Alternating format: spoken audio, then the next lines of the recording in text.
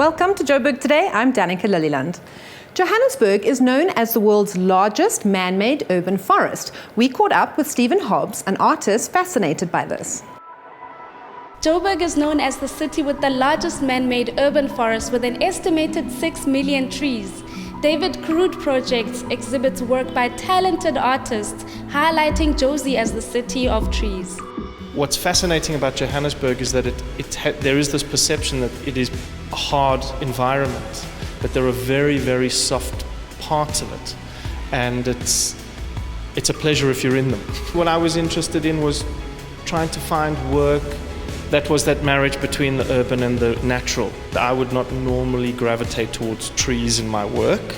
And thinking about trees and thinking about the environment, thinking about literally green, which is a very frustrating thing to confront when you're working with the subject matter. A photographic piece, a diptych, which was shot during the construction of the Midrand Mosque. They were using basically construction methods that hadn't changed for the last 1500 years.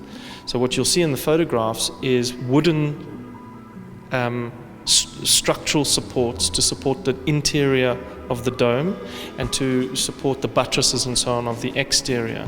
So it almost looks like a medieval construction site, but there's so much wood being employed to support the building, it's almost as if it could be a statement about deforestation almost.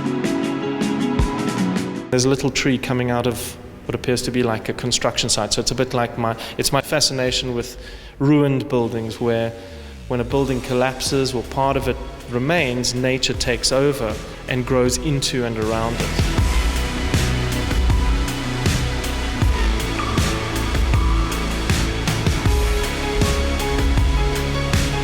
I'm Itumela Ratokwena for Joburg Today.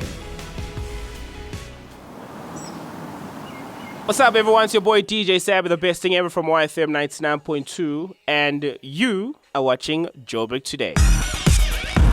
Join the conversation with us on Facebook, joburgtoday.tv, and follow us on Twitter at Joburg Today using the hashtag #LiveWorkPlay. If you're one of those people constantly on the move, then pockettv.mobi, that's pocket with an I. With it being Arbor Week, it's not only important to plant trees, but maybe also consider growing your own food too. The Econo food garden was initiated about 9 years ago. There has been a huge amount of urbanization globally, and certainly in South Africa, and specifically in Johannesburg and Gauteng, where we are now the sort of biggest population. Johannesburg, the wider Johannesburg metropole, is huge, and there are many, many people to feed. We feel that the costs of food is soaring, and in order to reduce that cost, we feel that growing food close to where people live is very important. We have attempted to grow a range of different foodstuffs, up to about 35 different vegetables, seasonally and over a period of time with our crop rotation.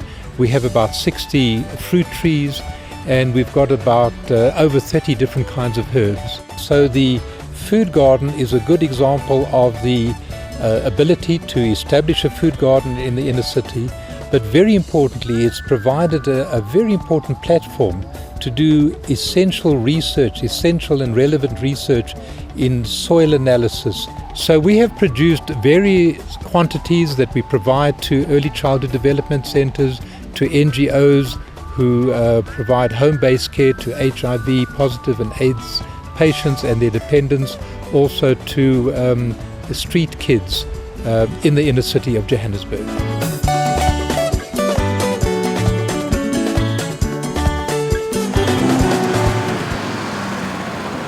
My name is Chef Benny from MasterChef South Africa, and you watching Joburg Today. We've heard a lot about this man-made forest we live in, but what is the history behind it? Zizi spoke to John Parker, the tree guru. I never knew that Joburg was considered the largest urban man-made forest. Can you tell us a bit about how that started and how it came about? I can. The forest was basically a result of the requirement for mining props. So basically, Forest Town, Parkwood, towards the Zoo Lake was first planted in 1891 as a forest. They planted a lot of eucalyptus, which are fast growing, quite strong, and they grew them as mining timber. In fact, today you see some of those old trees around the parking lot near the old Bowls Club. That's the remnant of those trees from 1891. And what is the prominent tree that we find within the city? We have a whole mix of trees in Johannesburg from all over the world. That's one thing that's been happening since the 1850s. We've had trees brought from all over the world. And the largest tree in the city, which one is that? One of or the oldest? Well, one of the biggest and oldest is at the Wits University, the West Campus. It is a Eucalyptus camaldulensis, which is the Red River gum, the Murray gum as well. And it's about 55 meters tall, and it has a girth of about 3 meters, a very big tree. And just the trees itself in the city, what impact does that have on our water supply? Well, trees seem to have a benefit in the sense that they transpire in the day when it's hot and there's more vapor in the air. So they act as miniature pumps. In fact, a tree can pump at 1,000 pounds a square inch, which is far stronger than any mechanical pump that there is. So they transpire into the air and basically give moisture, which then forms cloud and we get rain. I have read articles where they say they believe the Sahara Desert was a forest about 15,000 years ago. Wow. So it has some kind of interest, yeah. And how do we keep this attributes of the city? How, as the youth, what role can we play to ensure that we keep this attribute? Okay. I think education is the key. As I said earlier, we don't have arboriculture in South Africa. It's still in its infancy. I'm one of 5 qualified people in the country, specifically in arboriculture. Many guys in forestry do get involved in it, but it's not pure arboriculture. The trick is to get people into jobs and to create the training and create the demand from the owners of large tree groups like city parks. So it's an ongoing battle, and I'm not going to deny it's hard work because people don't know what they don't know, and they're very comfortable with that. How do we stay updated and informed about the Tree Guru and all that you do? I have a website, treeguru.co.za. People can read it. There is information on that. I'm trying to get to a point where I offer more information. Do a lot of searching. The internet has tons of information on various things, the care of trees, how to fix this, how to do that. I believe today if you can read and you can use the internet, you should be able to sort yourself out. I agree. Thank you so much for joining us. Thank you so much. Hey guys, this is Dale from Prime Circle and you're watching Joburg Today. That brings us to the end of our show today, but be sure to check out our playlist for more. That's it from me, Danica. I'll leave you with Runaway Train by the Hines Brothers. Back in ETV.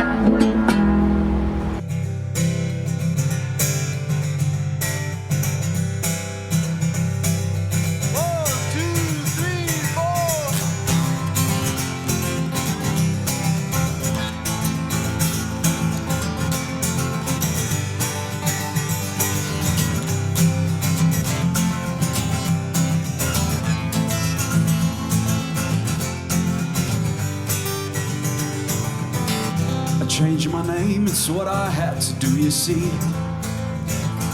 Living life in great confusion, to find a way to live at peace eternally, to get out of my illusion. Some days like a runaway train, some days I can't remember my new name.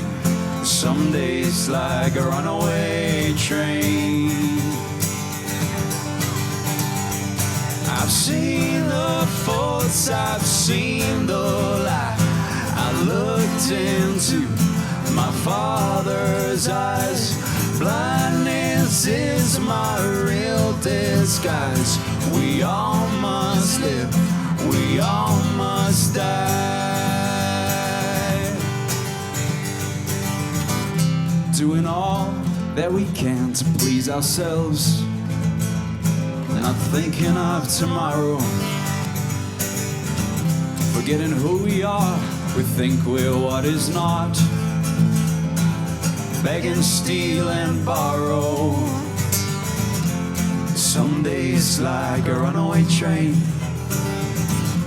Some days I can't remember my new name. Some days like a runaway train. I've seen the faults, I've seen the light.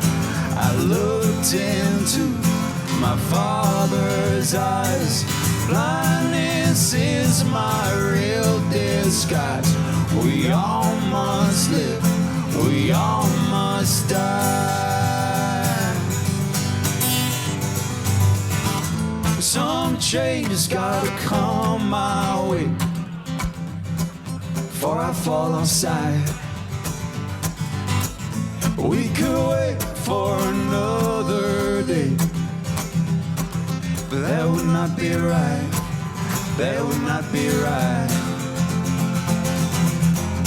I've seen faults, I've seen the light. Oh Lord, I looked into my Father's eyes. Blindness is my real disguise.